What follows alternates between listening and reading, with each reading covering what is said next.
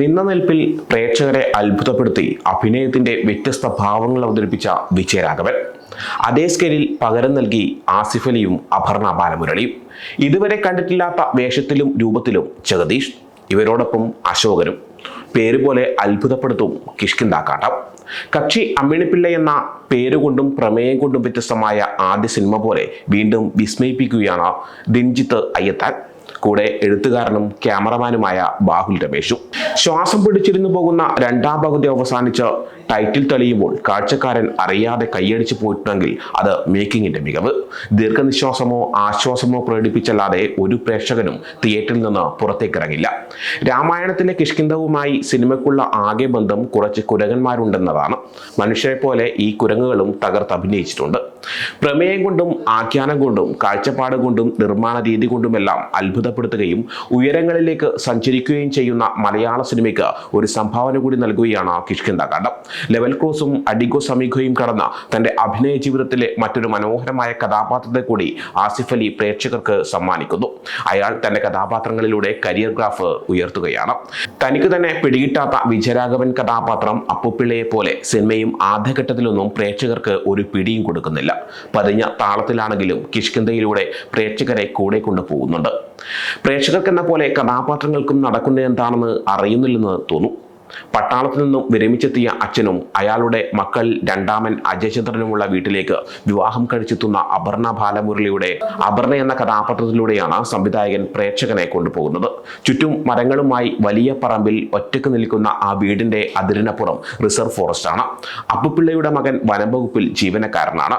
അപ്പുപിള്ളയുടെ കടുംപിടുത്തവും സ്വഭാവവുമാണ് മൂത്ത മകനെ അയാളിൽ നിന്ന് അകറ്റിയത്. എങ്കിലും ചേട്ടനും അനിയനും നല്ല ബന്ധമാണ്. അപർണ എത്തിയപ്പോൾ അവളും ഭർത്തൃ സഹോദരനോട് മികച്ച ബന്ധം സൂക്ഷിക്കുന്നു. കല്യാണം കഴിച്ചെത്തിയ വീട്ടിലേക്ക് രണ്ടാഴ്ചത്തേക്ക് ടൂറിനെത്തിയതല്ലെന്ന ബോധ്യമുള്ളതിനാൽ അവിടെ ചുറ്റിപ്പറ്റിയുള്ള ദുരൂഹതയുടെ മറനീക്കാൻ അപർണ ഷെർലോക്ക് ഹോംസ് കളിക്കുന്നുണ്ട്. ആ കളിയിലാണ് പ്രേക്ഷകൻ വീണു പോകുന്നതെങ്കിലും ഇപ്പുറത്ത് വേറെ കളികൾ കാഴ്ചക്കാർക്കായി എഴുത്തുകാരനും സംവിധായകനും ഒരുക്കി വെച്ചിട്ടുണ്ട്.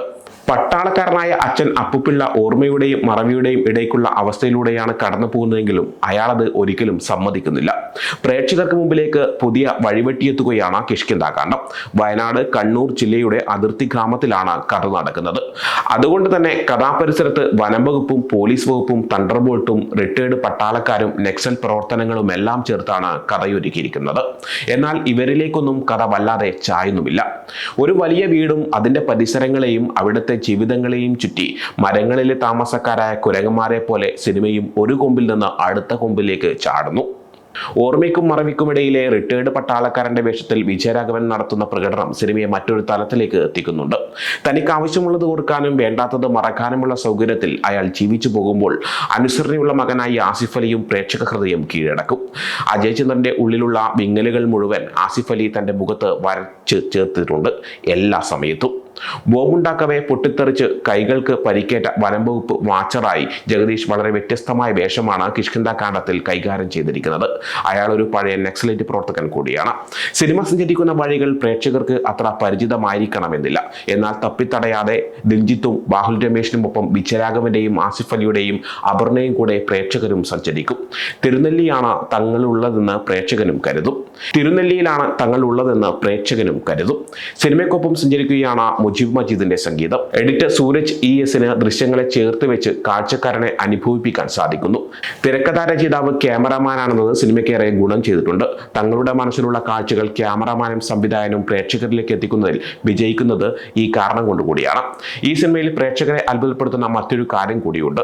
ഇന്ത്യയുടെ വടക്കിഴക്കൻ സംസ്ഥാനങ്ങളിലെ നാടോടിപ്പാട്ടിനെ കഥാപാത്രങ്ങളുടെ മുൻകാല ജീവിത പരിസരങ്ങളുമായി മനോഹരമായി ബന്ധിപ്പിച്ചിരിക്കുന്നു.